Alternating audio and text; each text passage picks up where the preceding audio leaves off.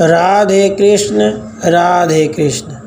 इंद्र के द्वारा वालखिलियों का अपमान और उनकी तपस्या के प्रभाव से अरुण और गरुड़ की उत्पत्ति।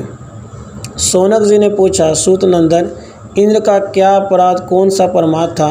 वालखिलीय मुनियों की तपस्या के प्रभाव से गरुड़ की उत्पत्ति कैसे हुई थी? कश्यप जी तो ब्राह्मण है, उनका पुत्र पक्षीराज कैसे हुआ? साथ ही वह समस्त प्राणियों के लिए दुर्धर्ष एवं अवध्य कैसे हो गया? उस पक्षी में इच्छानुसार चलने, रुचि के अनुसार पराक्रम करने की शक्ति कैसे आ गई? मैं यह सब सुनना चाहता हूँ। यदि पुराण में कहीं इसका वर्णन हो तो सुनाइए। उग्र सर्वा जी ने कहा, ब्राह्मण, आप मुझसे जो पूछ रहे हैं वह पुराण का ही विषय है। मैं संक्षेप में ये सब बातें बता रहा हूँ, सुनिए।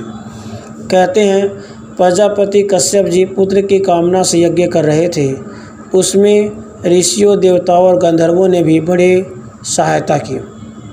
उस यज्ञ में कश्यप जी ने इंद्र को संविदा लाने के काम पर नियुक्त किया था।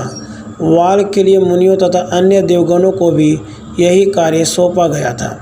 इंद्र शक्तिशाली थे। उन्होंने अपने बल के अनुसार लकड़ी का एक पहाड़ जैसा बोझा उठा लिया और उसे बिना कष्ट के ही वे ले आए। उन्होंने मार्ग में बहुत से ऐसे ऋषियों को देखा जो कद में बहुत ही छोटे थे। उनका सारा शरीर अंगूठे के मध्य भाग के बराबर था। वे सब मिलकर पलाश की एक बाती छोटी सी टहनी लिए आ रहे थे। उन्होंने आहार छोड़ रखा था, तपस्या उनका धन था। वे अपने अंगों में ही समाये हुए से जान पड़ते थे। पानी से भरे हुए गोखुर के लांघने में भी उन्हें बड़ा क्लेश होता था। उनमें शारीरिक बल बहुत कम था। अपने बल के घमंड में मतवाले इंद्र ने आश्चर्यचकित होकर उन सबको देखा और उनकी हंसी उड़ाते हुए अपमानपूर्वक उन्हें लांघकर शीघ्रता के साथ आगे बढ़ गए। इंद्र के इस व्यवहार से वालखिलीय मुनियों को बड़ा रोष हुआ। उनके हृदय में भारी क्रोध का उदय हो गया। अतः उन्होंने उस समय एक ऐसे महान कर्म का आरंभ किया जिसका परिणाम इंद्र के लिए भयंकर था। ब्राह्मणों, वे उत्तम तपस्वी वालखिलीय मन में जो कामना रखकर छोटे बड़े मंत्रों द्वारा विधि पूर्वक अग्नि में आहुति देते थे वह बताता हूँ, सुनिए। संयम पूर्वक उत्तम व्रत का पालन करने वाले वे महर्षि यह संकल्प करते थे कि संपूर्ण देवताओं के लिए कोई दूसरा ही इंद्र उत्पन्न हो, जो वर्तमान देवराज के लिए भयदायक, इच्छानुसार पराक्रम करने वाला, अपनी रुचि के अनुसार चलने की शक्ति रखने वाला हो।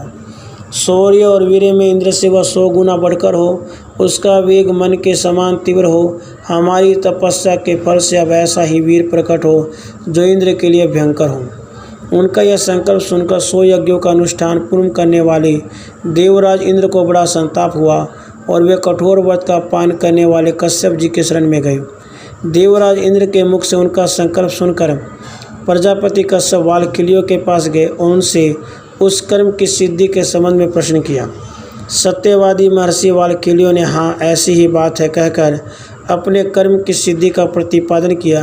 तब प्रजापति कश्यप ने उन्हें सांत्वना देते हुए समझाते हुए कहा, तपोधनों, ब्रह्मा जी की आज्ञा से ये पुरंदर तीनों लोकों के इंद्र बनाए गए हैं और आप लोग भी दूसरे इंद्र की उत्पत्ति के लिए प्रयत्नशील हैं।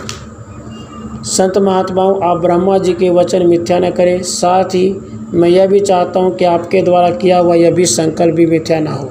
अतः अत्यंत बल और सत्वगुण से संपन्न जो यह भावी पुत्र है, यह पक्षियों का इंद्र हो। देवराज इंद्र आपके पास याचक बनकर आए हैं, आप इन पर अनुग्रह करें। महर्षि कश्यप के ऐसा कहने पर तपस्या के धनी वालखिलीय मुनि उन मुनि श्रेष्ठ प्रजापति का सत्कार करके बोले। वालखिलियों ने कहा, प्रजापति, हम सब लोगों का यह अनुष्ठान इंद्र के लिए हुआ था और आपका यह यज्ञ समारोह संतान के लिए विष था। अतः इस फल सहित कर्म का आप ही स्वीकार करें और जिसमें सबकी भलाई दिखाई दे वैसा ही करें। उग्र सर्वा जी कहते हैं, इसी समय शुभ लक्षणा दक्ष कन्या कल्याणमयी विंता देवी, जो उत्तम यश से सुशोभित थी, पुत्र की कामना से तपस्या पूर्वक ब्रह्मचर्य व्रत का पालन करने लगी। ऋतु काल आने पर जब स्नान करके शुद्ध हुई तब अपने स्वामी की सेवा में गई। उस समय कश्यप जी ने उससे कहा, देवी, तुम्हारा यह अभीष्ट समारंभ अवश्य सफल होगा। तुम ऐसे 2 पुत्रों को जन्म देगी जो बड़े बड़े वीर और तीनों लोकों पर शासन करने की शक्ति रखने वाले होंगे। वालखिलियों की तपस्या तथा मेरे संकल्प से तुम्हें 2 परम सौभाग्यशाली पुत्र प्राप्त होंगे जिनकी तीनों लोकों में पूजा होगी। इतना कहकर भगवान कश्यप ने पुनः विंता से कहा, देवी, यह गर्भ महान अभ्युदकारी होगा, अतः इसे सावधानी से धारण करो। तुम्हारे ये दोनों पुत्र संपूर्ण पक्षियों के इंद्रपद का उपभोग करेंगे। स्वरूप से पक्षी होते हुए भी इच्छानुसार रूप धारण करने में समर्थ और लोक संभावित वीर होंगे। विंता से ऐसा कहकर प्रसन्न हुए प्रजापति ने सतकत्रु इंद्र से कहा, पुरंदर, ये दोनों महापराक्रमी भ्राता तुम्हारे सहायक होंगे, तुम्हें इनसे कोई हानि नहीं होगी। इंद्र, तुम्हारा संताप दूर हो जाना चाहिए। देवताओं के इंद्र तुम ही बने रहोगे। एक बात ध्यान रखना, आज से फिर कभी तुम घमंड में आकर ब्रह्मवादी महात्माओं का उपहास और अपमान मत करना, क्योंकि उनके पास वाणी रूप अमोघ वज्र है तथा वे तीक्ष्ण कोप वाले होते हैं। कश्यप जी के ऐसा कहने पर देवराज इंद्र निशंक होकर स्वर्गलोक में चले गए। अपना मनोरथ सिद्ध होने से विंता भी बहुत प्रसन्न हुई। उसने 2 पुत्र उत्पन्न किए, अरुण और गरुड़। जिनके अंग कुछ अधूरे रह गए थे वे अरुण कहलाते हैं। वे ही सूर्यदेव के सारथी बनकर उनके आगे आगे चलते हैं। भृगुनंदन, दूसरे पुत्र गरुड़ का पक्षियों के इंद्रपद पर अभिषेक किया गया। अब तुम गरुड़ का यह महान पराक्रम सुनो। इस प्रकार श्री महाभारत आदि पर्व के अंतर्गत आस्तिक पर्व में गरुड़ चरित्र विषयक 31वां अध्याय पूरा हुआ। राधे कृष्ण, राधे कृष्ण।